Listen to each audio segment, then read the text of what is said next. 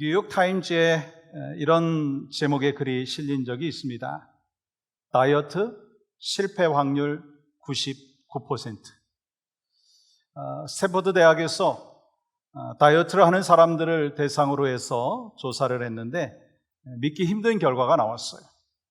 다이어트 할 때 5년 안에 실패할 확률이 95%고 10년 안에 실패할 확률이 99%라고 하는 통계가 나왔습니다. 그래도 우리는 5%의 확률과 1%의 확률을 기대하면서 다이어트 해야죠. 사람은 누구나 다이어트에 조금씩은 관심이 있더라고요. 날씬한 사람도요, 더 날씬한 몸매와 더 균형 잡힌 몸매를 갖기 위해서 다이어트를 하기도 하죠. 다이어트 방법도 여러 가지가 있더라고요. 그냥 굶기도 하고, 또 특정 음식만 먹기도 하고, 식사 수를 줄이고, 또 식사 양을 줄이기도 하고, 운동도 합니다. 그러면 효과를 보는 듯 하지만 계속해서 노력하지 아니하면 시간이 지나면서 다시 살이 찌게 되고 결국은 이전보다 조금 더 찌는 경우가 있다는 거예요. 이런 현상을 뭐라고 하느냐면 요요 현상이라고 합니다. 요요 현상. 요요 현상이라고 하는 것은요, 아이들의 장난감 중에 요요라고 하는 것이 있어요. 그것을 보면 막 빠르게 회전을 하면서 위로 올라갔다 내려갔다 올라왔다 하는 것인데, 그 현상과 비슷해서 요요 현상이라고 붙여진 거예요. 처음에는 몸무게를 줄이는데 성공을 하지만 그 상태를 유지하지 못하고 요요처럼 그 이후에는 다시 몸무게가 늘어난다, 원래대로 돌아간다라고 하는 현상입니다. 마치 이런 것이죠. 새해가 되면 새롭게 결단을 하지만 작심삼일이 되는 경우가 종종 있습니다. 다시 옛 습관으로 돌아가는 것, 그 모습이 바로 요요 현상이라고 하는 거예요. 그런데 우리가 신앙생활을 하는데도요, 요요 현상을 경험할 때가 있더라고요. 막 집회나 또 부흥회 수련회에 참석을 해가지고 은혜 받고 신앙의 결단을 하지만 잠깐 변한 듯 하다가 옛 성질과 옛 성품과 또 옛날의 나로 돌아올 때가 얼마나 많느냐라고 하는 거예요.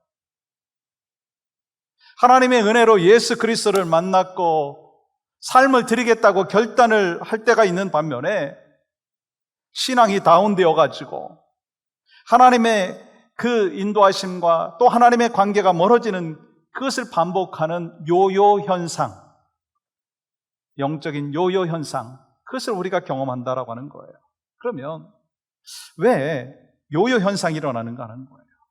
그것은 여러분, 타락한 삶으로 살아왔던 우리의 몸과 생각과 습관들이요, 옛 습관으로 옛 생활로 돌아가려고 하는 인간의 그 본능이 있기 때문인 거예요. 영적인 게으름이 있기 때문인 거예요. 영적인 나태함이 있기 때문인 것입니다.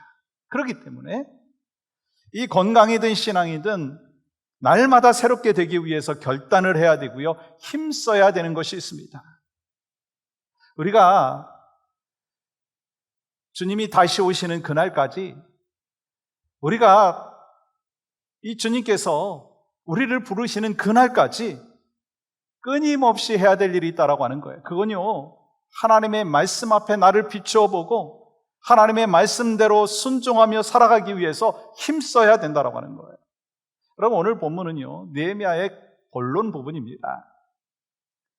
이 백성들은 성벽을 완공하고 말씀과 기도로 영적인 회복이 되었고요, 예배가 회복되어서 예배 소리가 성벽 밖에까지 들리게 되었어요. 느헤미야는요, 그리고 사명을 마치고 페르시아 왕궁으로 다시 돌아가서 행복하게 살았더라. 여러분, 이것이요, 우리가 바라는 해피엔딩입니다. 이렇게 끝났으면 참 좋겠습니다. 근데 오늘의 13장의 말씀은 어떤가요? 느헤미야가 예루살렘에 온 지 12년이 흘렀습니다. 느헤미야는 이 성벽을 재건한 후에 페르시아로 돌아갔어요. 그런데 오늘 본문에 보면 느헤미야가 예루살렘으로 다시 돌아와서 본 모습은요, 그야말로 충격이었다고 하는 거예요. 영적인 리더인 느헤미야가 없음으로 인해서 이스라엘 백성들은요, 다시 영적인 방황을 시작하고 다시 옛 모습으로 돌아가 있었다고 하는 거예요.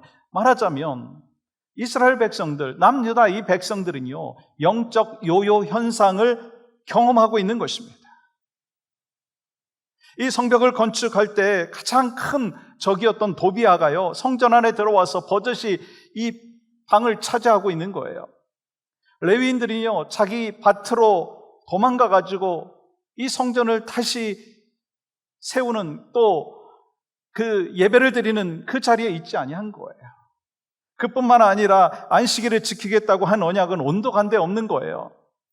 이방 여인들과 통혼하는 일은요, 계속되고 있었습니다.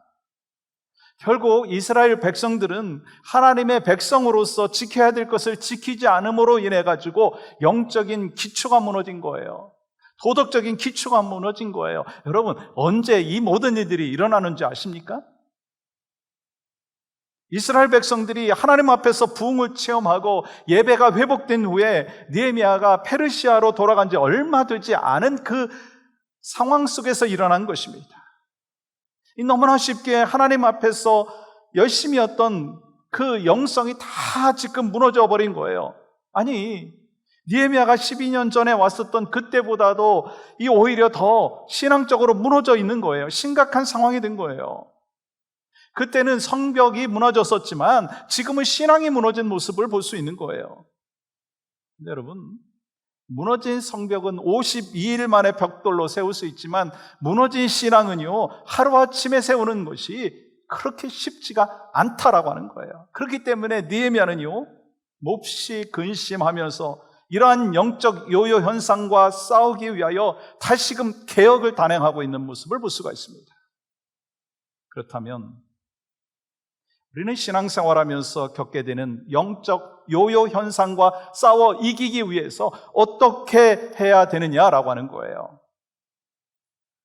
본문을 통해서 몇 가지 레슨을 얻기를 원하는데요. 먼저 말씀이 기준되어야 합니다. 저를 한번 따라해 보시겠어요? 말씀이 기준되어야 합니다. 여러분, 신앙생활은요, 날마다 새로워져야 된다는 거예요. 왜냐하면 신앙은요, 현상 유지라고 하는 것이 없어요. 신앙은 현상 유지라고 하는 것이 없어요. 그래서 신앙생활은요, 마치 흐르는 물을 거슬러 올라가는 그 배와 같다는 거예요. 우리가 신앙생활의 노젓기를 멈추는 순간 우리는요, 옛 성품과 그리고 세상의 물결에 떠내려 가게 된다라고 하는 거예요. 그러므로 우리가 하나님 말씀에 내 자신을 비춰보지 아니하고 날마다 새롭게 변화되지 아니하면 퇴보하게 되어 있어요. 그건요, 예외가 없어요. 저도 그렇고 여러분들 모두가 마찬가지라는 거예요. 그런데 더 중요한 것이 있어요. 기준이 분명해야 된다는 거예요. 다시 말해서 신앙생활은요, 기준이 분명한 사람이 잘하게 되어 있어요. 왜냐하면 기준이 없으면 기분대로 신앙생활하기 때문이에요. 올바른 기준이 없으면요, 기분대로 신앙생활한다는 거예요. 그리고 기준이 없이 기분대로 신앙생활하는 사람들의 모습은 어떤 줄 아세요? 업앤다운이 많아요. 업앤다운이 많을 뿐만 아니라 자기 감정에 막 치우치는 모습을 볼 수가 있습니다. 느헤미야가 다시 예루살렘에 돌아와 보니까 이스라엘 백성들이 하나님의 백성으로서 지켜야 될 것을 지키지 않아서 성전과 예배와 가정 등 모든 부분에서 막 혼란에 빠져 있는 거예요. 영적으로 도덕적으로 기초가 무너진 그 상황이 되어버렸습니다. 하나님의 백성이 지켜야 될 기준이 사라져버렸다라고 하는 것입니다. 다시 말해서 그들은 하나님의 말씀을 떠나 있었다는 거예요. 그래서 예루살렘에 돌아온 느헤미야는요, 가장 먼저 백성들을 불러 모아놓고 그들에게 거룩한 하나님의 말씀을 들려주는 것을 보게 되죠. 그래서 여러분, 느헤미야는요, 백성들에게 율법책을 낭독해 주는 것을 보게 되죠. 1절 말씀 보십시오. 한번 같이 읽겠습니다. 시작. 그날 모세의 책을 낭독하여 백성에게 들렸는데 그 책에 기록하기를 암몬 사람과 모압 사람은 영원히 하나님의 총에 들어오지 못하리니. 무슨 말씀이에요? 말씀 따라 하나님 앞에서 마땅히 버려야 될 것을 버리고 택해야 될 것을 택하는 결단이 필요하다라고 하는 것입니다. 그리고 말씀에 순종함으로 여러분 3절 말씀 보십시오. 모두 불리하였느니라. 이스라엘 백성들이요 말씀을 듣고 무리에 섞여 있는 그 이방인들을요 몰아냈습니다.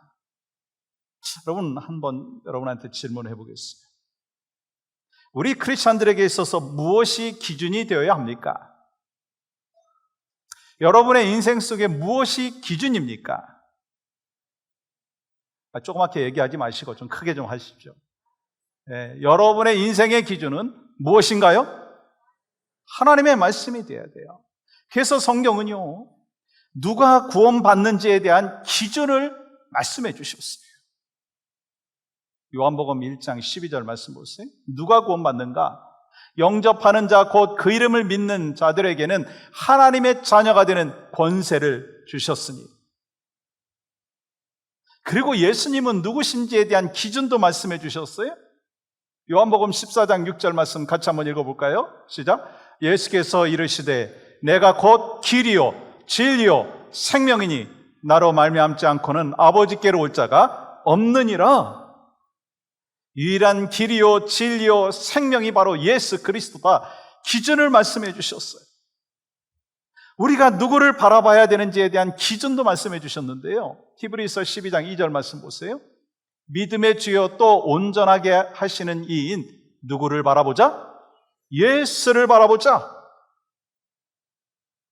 하나님께서는요 말씀을 통해서 우리의 삶의 기준이 무엇인지를 말씀해 주셨다는 거예요. 우리가 잘 알듯이 종교개혁가들은 종교개혁을 하면서 세 가지의 기준이 있었어요.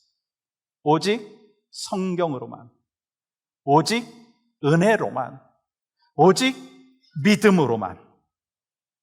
다시 말해서 성경으로 돌아가자, 말씀으로 돌아가라 말씀하시는 거예요. 왜냐하면 말씀이 우리의 기준이 되지 못하면 다른 것이 기준이 될 수 있기 때문인 거예요. 다른 것이 뭘까요? 내 생각, 내 가치관, 또 내 철학, 내 비전, 나를 중심으로 한 것이 하나님의 말씀을 대치하게 되어 있습니다. 그렇게 될 때 우리가 신앙생활을 어떻게 해야 될까요? 기분대로 하게 되어 있습니다. 근데 사람들이요 각기 자신이 원하는 방식과 기분대로 살게 된다면 어떻게 될까요? 이 세상은요 혼란에 빠질 수밖에 없다라고 하는 거예요. 가정생활을 하는데 기분대로 해요. 엄마 아빠가 기분대로 하고 아이들도 기분대로 해요. 그러면 가정이 혼란에 빠질 수밖에 없어. 우리가 신앙생활 하는데도 마찬가지예요. 하나님의 말씀이 기준이 되지 못하면 내 기분대로 내가 좋아하는 사람만, 내가 하고 싶은 것만 하게 되어 있어요. 그건 하나님의 뜻이 아니라고 하는 것입니다. 그러므로 우리의 삶에는요 상대적인 원리가 아니라 절대적인 원리가 있어야 되고요, 절대적인 기준이 있어야 됩니다. 그 절대적인 기준이 무엇인가? 하나님의 말씀인 줄 믿습니다. 우리는 매주일 예배를 드리고 설교를 듣죠. 여러분, 말씀을 듣는다라고 하는 것은요 우리의 삶의 기준을 다시 확인하는 거예요. 그래서 말씀을 들으면서 삶의 기준을 다시 수정해 나간다라고 하는 거예요. 그렇습니다. 우리가 아무리 개혁을 하고 변화되어야 한다라고 하는 부분이 많이 남아 있어도 하나님의 말씀이 기준이 되지 않는다면 여러분 현재 모습에 우리는 만족할 수밖에 없고 그렇게 만족하는 삶을 살게 된다는 거예요. 이 정도면 되겠지 하면서 이 자족에 빠져 있게 된다는 거예요. 그러나 하나님의 말씀을 주야로 읽고 묵상하는 사람은 굳이 누가 가르치고 강요하지 않아도요 자신의 부족함을 깨닫게 되어 있어요. 자신이 해서는 안 될 일을 자기가 얼마나 많이 하고 있는지를 깨닫게 되고 왜 그렇게 고쳐야 되는지를 깨닫게 된다라고 하는 거예요. 그래서 말씀드린 대로 이번 주부터 교회 안에 참으로 많은 클래스들이 오픈이 돼요. 왜 자꾸 말씀 훈련에 참여하라 강조하시는지 여러분 아시죠? 왜냐하면 말씀 훈련을 받지 아니하고서는요 우리의 인생의 기준이요 내 자신이고 기분대로 신앙생활하는 것이 우리의 연약한 모습이기 때문인 것입니다. 근데 하나님의 말씀이 기준이 되면은요, 기분대로 신앙생활하는 것이 아니라 하나님의 뜻대로 신앙생활하게 되어 있습니다. 그래서 나도 평강을 누리면서 신앙생활을 하고 또 그 신앙생활이 하나님 앞에 영광과 기쁨이 된다라고 하는 거예요. 그리고 우리는 말씀이여 문자가 아니라 살아계신 예수님의 모습으로 다가오게 된다라고 하는 거예요. 그리고 우리가 그때 하나님 말씀을 통해서 주님을 만나는 역사가 있다라고 하는 거예요. 그리고 말씀 속에 예수님이 계시고 예수님을 만날 때 내 자신이 보이고 크리스찬으로서 살아갈 수 있는 길이 보이고 능력을 체험하게 된다는 거예요. 여러분, 아브라함과 롯을 보십시오. 아브라함은 약속의 말씀이 기준이 되었어요. 근데 롯은 자기의 안목이 기준이 되었어요. 롯은 편하고 좋아 보이는 길을 따라갔습니다. 언뜻 보기에는요, 롯은요, 현실 감각이 아주 뛰어난 사람이라고 생각할 수 있었지만 삶의 기준이요, 잘못되어 있어요. 반면에 아브라함은 좀 현실 감각이 좀 떨어진 사람 같지만 그래서 꽉 막힌 사람 같아 보입니다. 그렇기 때문에 겉모습으로 보면은요, 롯이 잘 사는 듯해 보여요. 아브라함은 부족해 보입니다. 그러나 롯의 삶의 결말은요, 비극입니다. 그럴 수밖에 없는 거예요. 왜요? 그가 선택의 기준으로 삼았던 환경은 언제나 변하기 때문인 거예요. 그렇기 때문에 우리 눈에 보이는 것에 속지 말라는 거예요. 목회하는 저나 신앙생활 하시는 여러분이나 모두가요, 사람이 기준이 되고 컨디션이 기준이 된다면 늘 실망하고 좌절할 수밖에 없는 것이 우리의 모습이에요. 근데 하나님의 말씀이 기준이 되면 때로 힘들고 어려울 때도 기준이 되는 그 말씀 속에서 하나님이 나에게 주시는 음성을 들을 수 있고 또다시 오버컴할 수가 있는 거예요. 그렇지 않으면요, 맨날 영적 요요 현상에 머물러 있을 수밖에 없다는 거예요. 여러분, 하나님 믿는 성도의 바른 삶이 무엇인가? 말씀이 기준되어야 합니다. 말씀이 기준되어서 내가 말을 하고 행동을 해야 됩니다. 그렇다면 여러분이 행동하는 근거가 무엇인가 한번 좀 생각해 보십시오. 하나님의 말씀입니까? 아니면 내 생각, 내 가치관, 내 감정인가요? 내 자신이, 내 생각이 기준이 되어서는 안 된다는 거예요. 하나님의 말씀이 기준되어야 된다는 거예요. 왜요? 난 언제나 무너질 수밖에 없는 존재라는 거예요. 나는 언제나 연약한 존재라고 하는 거예요.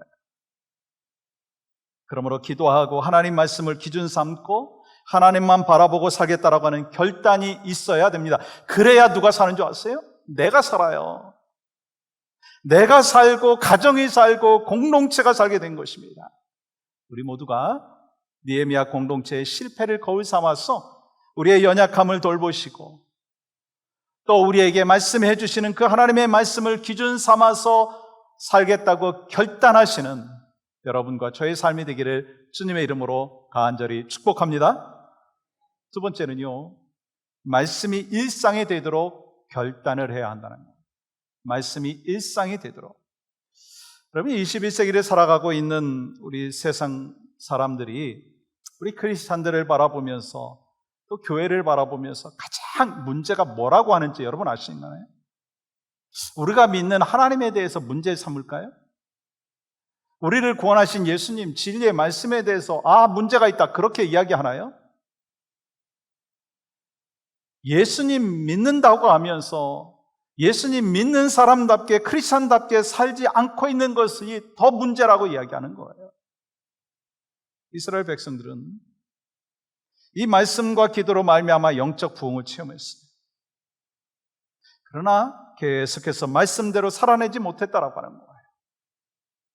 여러분, 삶의 변화라는 것은요, 일상이 되어야 합니다.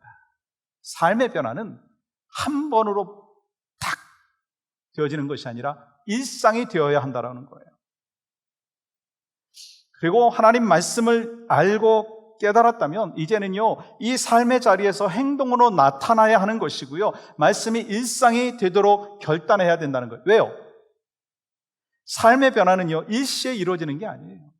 꾸준히 노력을 하고요, 꾸준히 결단을 하는 그때만, 또 하나님께서 역사하실 때만 삶의 변화가 이루어진다고 하는 거예요. 그래서 우리의 영적인 습관이요, 분명히 있어야 된다는 거예요. 매주 영적인 루틴이 있어야 된다는 거예요. 우리의 인생의 스케줄에 내가 월요일은 뭐하고, 화요일은 뭐하고, 수요일은 뭐하고, 이런 스케줄들이 있잖아요. 근데 여러분의 인생의 스케줄 중에 내가 얼마나 영적인 일에 루틴 삼아서 하고 있는가 한번 점검해 보십시오. 아침에 일어나서 영적인 일에 루틴을 삼는가, 아니면 세상의 일에 루틴을 삼는가 점검해 보십시오. 하나님의 말씀에 기준 삼아서 하루를 시작하고 한 주간을 하나님 앞에 올려드렸을 때 내 삶이 어떻게 바뀌는지를 한번 여러분 경험해 보십시오. 여러분, 오늘 느헤미야는 새롭게 되기 위해서 말씀을 행동으로 실천하게 되었어요. 성전 안에 들어와 보니까 도비아가 들어와 있는 거예요. 그 자리에 있어서는 안 되는 사람이 들어온 거예요. 여러분, 도비아가 누군가요? 성벽을 건축할 때 방해했던 그 사람이었습니다. 대표적인 사람이었어요. 더군다나 암몬 사람입니다. 하나님 율법에 암몬 사람은 다 몰아내라고 했고 모든 백성들은요 순종했어요. 근데 암몬 사람 도비아가 성전 안에 방에 들어와서 차지하고 있는 거예요. 그래서 느헤미야가 어떻게 했습니까?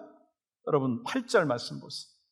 내가 심히 근심하여 도비아의 세간을 그 방 밖으로 다 내어 던지고, 도비아를 쫓아내고 그의 모든 물건을 다 집어 던지고 성전을 정결하게 했어요. 그리고 레위 사람들이 생계를 유지할 수 없어가지고 세상으로 갔었는데 다시 초청해서, 그리고 11조를 창고에 거두게 해서 레위인들이 예배를 인도하게 했습니다.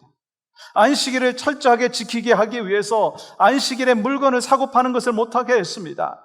그리고 이방인과 결혼하는 사람들을 책망하고 저주하고, 성경에 보니까 심지어 때리고 막 머리털까지 뽑았다고 말해요. 여러분, 느헤미야가 얼마나 분노했으면 그렇게까지 했겠습니까? 이와 같이 우리도요, 일상에서 보여주는 신앙, 실천하는 신앙인으로 살아야 된다고 하는 거예요. 여러분, 신앙생활에서 거룩한 습관은요, 한 번의 은혜만으로는 부족하다는 거예요. 신앙생활하면서 거룩한 습관은요, 한 번의 은혜만으로는 부족하다는 거예요. 여러분, 다이어트에 성공한 상태를 유지하려면 생활 습관을 바꿔야 됩니다. 그래야지 요요 현상을 경험하지 않는 거예요. 그래서 여러분과 저도요, 지금의 마음의 변화, 행동의 변화에 대하여 안심하거나 안주하지 말아야 된다는 거예요. 그것이 자연스럽게 우리의 일상 속에서 나올 수 있도록 습관이 되어야 되고요, 거룩한 루틴이 되어야 한다는 거예요. 예배의 습관, 기도의 습관, 말씀의 습관, 섬김의 습관, 선교하고 전도하는 습관, 이런 것들이 일상이 되고 루틴이 되어야 한다는 거예요. 내가 정말 예수님 믿고 다시 오실 예수님 믿고 천국이 있다는 것을 믿는다면 이전과 다른 그 새롭게 변화된 삶을 살아야 되고요, 일시적인 순종과 그리고 충성이 아니라 몸에 밴 습관, 루틴이 되어야 한다는 거예요. 우리는 매 주일 예배를 드리고 말씀을 듣습니다. 여러분, 말씀을 듣는 것은 삶의 기준을 다시 확인하는 거예요. 여러분, 주일 예배가 영적 루틴이 되어야지 이를 통해서 영적 요요 현상을 극복할 수가 있다라고 하는 것입니다. 매주일 예배함으로써 흐트러진 삶의 기준을 다시 새롭게 하고 상황에 따라서, 감정에 따라서 살았던 내 삶을 회개하게 되는 거예요. 그리고 주일 예배를 드리면서 다시 말씀이 기준이 되는 삶을 살겠다고 결단을 하고 하나님 말씀대로 행동하는 그 결단을 해야 된다는 거예요. 여러분, 물론 일상에서 여러분 하나님 말씀대로 살아가는 거 불편하고요, 힘들어요. 그러나 그것이 가장 행복한 길이라고 하는 것을 여러분은 아셔야 됩니다. 예를 들어서 기차가 철길을 달리는 것을 보면서 불편하겠구나, 저 철길만을 가야 되니 얼마나 불편하겠는가 하면서 그 기차가 철길에서 벗어난 거 뭐라고 얘기하죠? 탈선이라고 하죠. 탈선하면요 어떻게 되죠? 앞으로 갈 수가 없어요. 여러분 운전하시면서 이게 왜 차선이 있는 거야? 왜 나는 마음대로 가고 싶은데 왜 차선이 있지? 그러면서 그 차선을 무시하고 마음대로 가보십시오. 어떤 일이 벌어지겠습니까? 안전할 수가 없는 거예요. 마찬가지로 하나님의 사람들은요, 말씀의 기준을 삼고 일상이 되는 삶을 살아갈 때 안전하고요, 행복하다는 거예요. 이를 위해서 날마다 하나님의 말씀을 먹는 생활 습관이 있어야 됩니다. 말씀을 먹는 루틴이 있어야 된다는 거예요. 기분에 따라서 말씀을 묵상하는 것이 아니라 아침이든지 저녁이든지 시간을 정해서 말씀을 먹고 소화시켜야 된다는 거예요. 그래야 영적 요요 현상에서 벗어날 수가 있는 거예요. 오늘 우리는요, 느헤미야 13장의 말씀을 보았습니다. 하나님 앞에서 은혜를 받았지만, 하나님 앞에서 부흥을 체험했지만 영적 요요 현상으로 인해서 이전으로 돌아가 버린 이스라엘 백성들, 그들의 모습을 보면서 어쩜 저럴까라고 생각을 할 수 있지만 그들만의 모습이 아니에요. 오늘날 주님 앞에서 살아가고 있는 모든 사람들의 이야기가 바로 이 느헤미야 13장의 이야기라고 하는 거예요. 하나님께서 왜 느헤미야를 통해서 일하시고 또 느헤미야서를 12장으로 끝내지 아니하였을까? 왜 이렇게 이스라엘 백성들의 무너진 안타까운 모습으로 이어지는 13장으로 끝내셨을까? 우리에게 주시는 메시지가 있습니다. 하나님 앞에 은혜를 받고 주님으로 인해서 내 삶이 변화되었지만 끊임없이 무너지고 쓰러지는 것이 누구의 모습이에요? 저의 모습이에요. 여러분의 모습은 아닌가요? 그럼에도 불구하고 하나님께서 끊임없이 다시 찾아오셔서 우리를 일으켜 주신다는 거예요. 그러므로 느헤미야 13장의 이야기는 느헤미야와 이스라엘 백성들의 이야기만이 아니라 바로 여러분과 저의 이야기라는 거예요. 끊임없이 죄악으로 말미암아 무너지는 나의 모습, 이런 나를 위해서 하나님께서 하신 일이 무엇이에요? 예수님을 이 땅에 보내주신 거예요. 무거운 죄악의 사슬에 매어서 어찌할 바를 모르고 또 범죄하고 무너지고 있는 내 자신을 위해서 예수님께서 이 땅에 오셨어요. 예수님께서 이 땅에 오셔서 뭐 하셨어요? 내 모든 죄를 친히 감당하시기 위하여 십자가에 못 박혀 죽으시고 피 흘리셨어요. 내 모든 죄악의 쇠사슬을 다 끊어버리셨어요. 쓰러지고 넘어지는 내 손을 다시 일으켜 주시면서 하나님의 자녀로 다시 일으켜 주셨어요. 그리고 내 손을 붙잡고 말씀하시는 거예요. 다시 일어나라.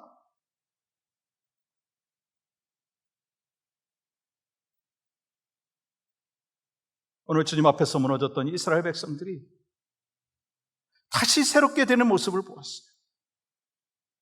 그 예수님은 지금도 여러분과 제 손을 붙잡고 함께 하고 계시다고 말씀해 주셨어요. 그리고 날마다 말씀이 기준이 되라 말씀하여 주셨어요. 말씀이 일상이 되도록 살아가라 말씀하여 주셨어요.